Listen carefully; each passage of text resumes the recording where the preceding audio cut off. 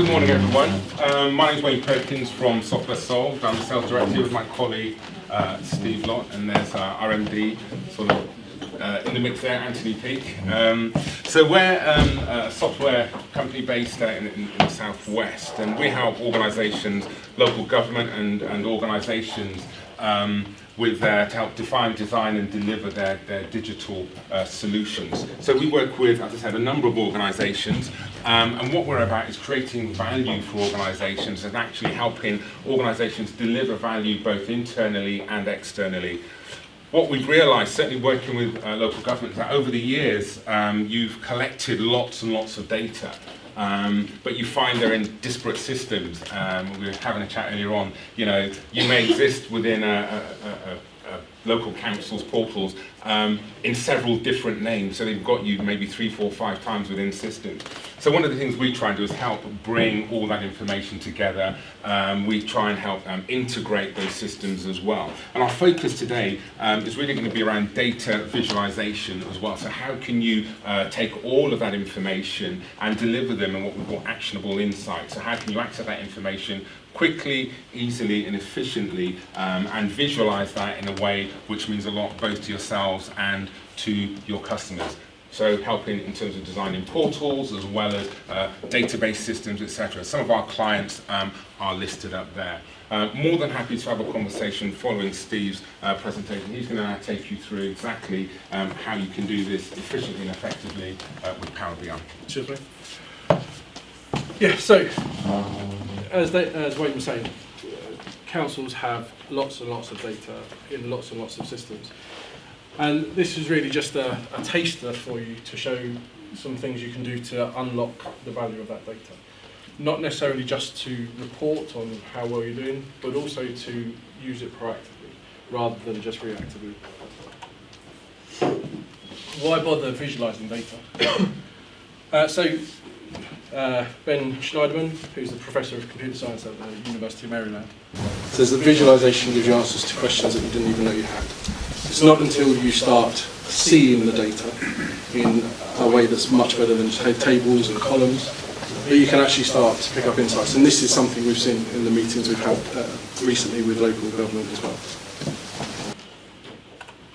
Just as a demonstration, don't worry about what the actual information in there is, but quite a lot of data. You would spend a long time going through that, and the table that I took this from carries on for another 1,000 rows.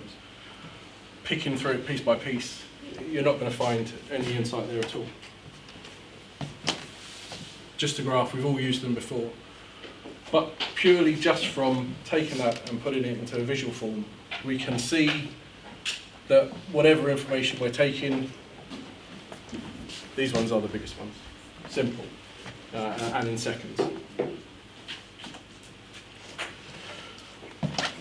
So the important thing is that you're collecting your data. That's brilliant. And I'm sure some of you are converting that data into information, which is things you can use. Taking that information then and having some knowledge, you're making use of that information. And finally going from having knowledge to wisdom, being able to predict things that have happened or things that are going to happen based on what's happened for previous years. What gets in the way of people using their data and turning it into information? As Wayne was saying, lots of different systems. For local government, the ones that we've seen, they have all sorts of different systems built on all sorts of different platforms with all sorts of different data in, and they're all separate. What we can help do is pull all of that information into a single source, whether it's a data warehouse, whether it's some sort of just integration between everything. From there, you can also use PowerBI to pull the information together. So just some examples, very quickly, of some data visualizations we've done previously.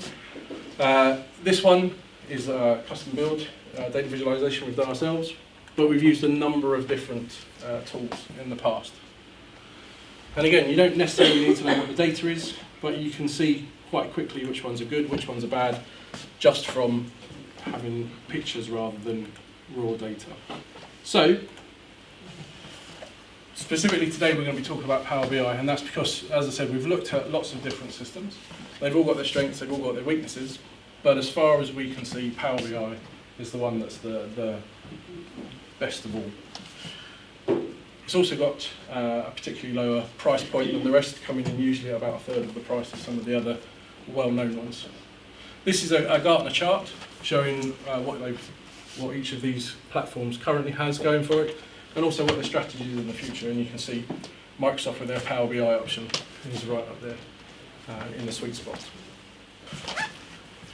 This is a selection of the types of connectors you can have, and I've got this in the slide so you'll be able to take a closer look.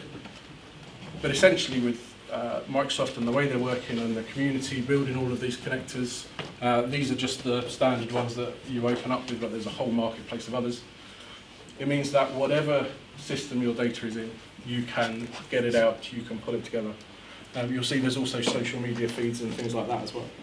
So this is specifically around marketing, but it kind of works. So if you've got initiatives going on in the council and you're advertising them, making sure people know about them, it works the same. So you can kind of get an idea of how things are working.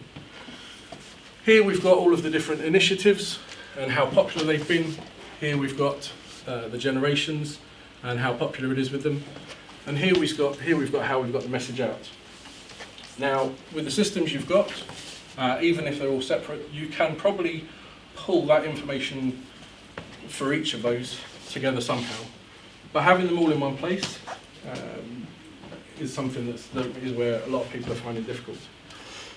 The other benefit with Power BI is that you can use each of these visualizations to affect the other ones. We've got a particularly popular initiative here, Enjoy the Moment. If I click on that, because Enjoy the Moment is what I'm more interested in, it affects the rest of the graphs, and these are now all showing just for Enjoy the Moment. So I can see that Generation Z is the most popular with. I can also see that it was email that was the best way of getting people to know about it. If I click off that one, and I take a look instead at, I want to know what's the best thing for the baby boomers. If I click here, again it's going to affect the graph, and I can see that they were particularly interested in Get Sporty, and the best way to get in touch with those was through media placements. We can also see the numbers in the top, the measurements are changing as well. So although Get Sporty was a particularly popular one, we didn't get a particular return of investment, and it cost us quite a bit of money. So anywhere essentially on this dashboard, I can click to get insights into how the data is connected and further information about each of these different items on here. As I said, this is a ready-made one. Part of today, I'm going to go through and build a dashboard just to give you an idea of exactly how easy it is to do. The point being that with the power of Power BI, you can create dashboards and give them to your service users, internally or externally, and they then have the power to go through and find the information that they want in the format that they want to get their own insights, making it much more self-service. So for this, I'm going to open up my designer, and I'm just going to quickly come through to take a look at the model. And this is particularly somewhere where Software Solved can help, because it's by building these models, putting the data together in particular ways, that you can then make it self-service, and people that don't necessarily have that technical knowledge can build their own reports. This is a fairly simple one, built around bulky waste bookings. So I've got information about each of the bookings, I've got information about postcodes, and I've also got information about the item categories that they're asking us to pick up. You can see as well I've also added extra information in, because it might be useful to have a look at both of them together around fly tipping. Traditionally, some of these may be kept in different systems. And as I said, bringing these systems together and integrate them is something that we can definitely help with. If I come back to the dashboard, just to give you an idea of how easy it is, the first thing I want to do is look at how many bookings we're getting per month. So if I pick a particular visualization, and in this case I'm just going to pick a stacked chart, it comes up, shows me what type of chart it's going to be, but I haven't told it what information I want to see yet. So I'll take the ID number and drop it into the value, and then because I want to see it by month, I'll take the date and drop that into the axis. Very quickly I can see actually these 2 months are the highest number of bookings. In this case it's a sample set of data, so it only goes back about 18 months. But if we see those 2 months every year consistently being higher, that gives us some insight into the fact that we might need to put something in place for those 2 months to make sure that we can keep up with the bookings. I'm also just going to drop my date into the legend because I like it more colourful. So that's great. Now we know how many bookings we're getting on for a particular month. I'm going to go ahead now and I want to see what sort of things we're picking up. So I'll go to a blank space. In this case I'll go for a pie chart.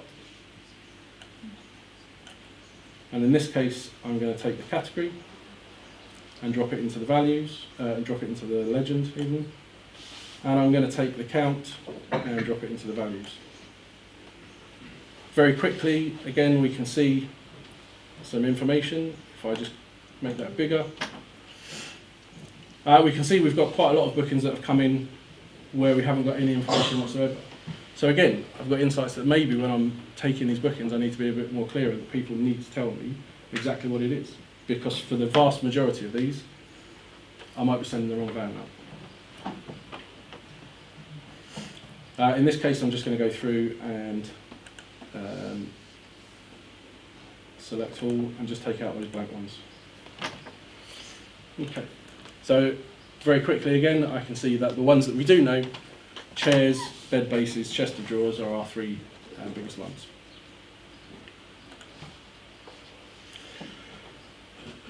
I haven't done anything other than drop these things on there, tell it what I want each of them to show, but already just by clicking on any of these, I've got that link in between the charts. So if I have a look at chairs, I can see when the chairs are being collected. If I click on the chest of drawers, again, it's all going to shift around, so I can see exactly what the breakdown is.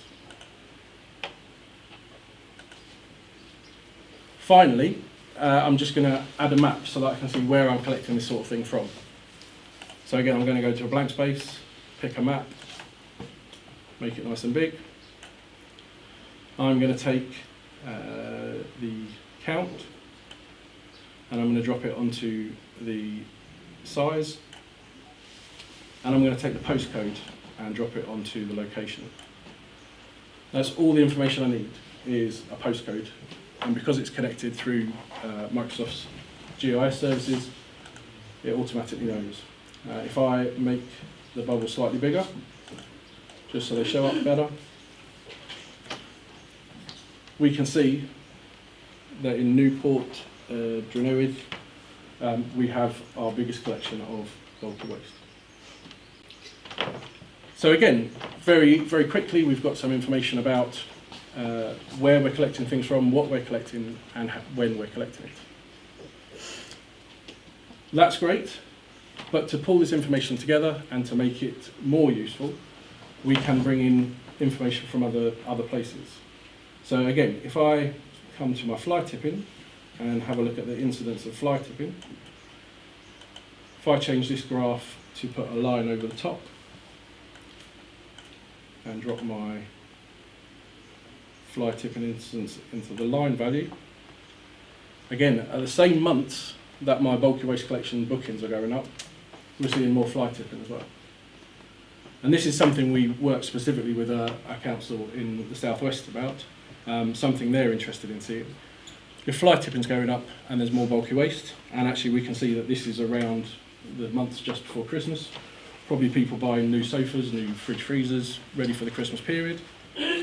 maybe it's worth sending out bulky waste collections without charge for those 2 months, because it's probably going to save you more money than going around clearing up the fly thing.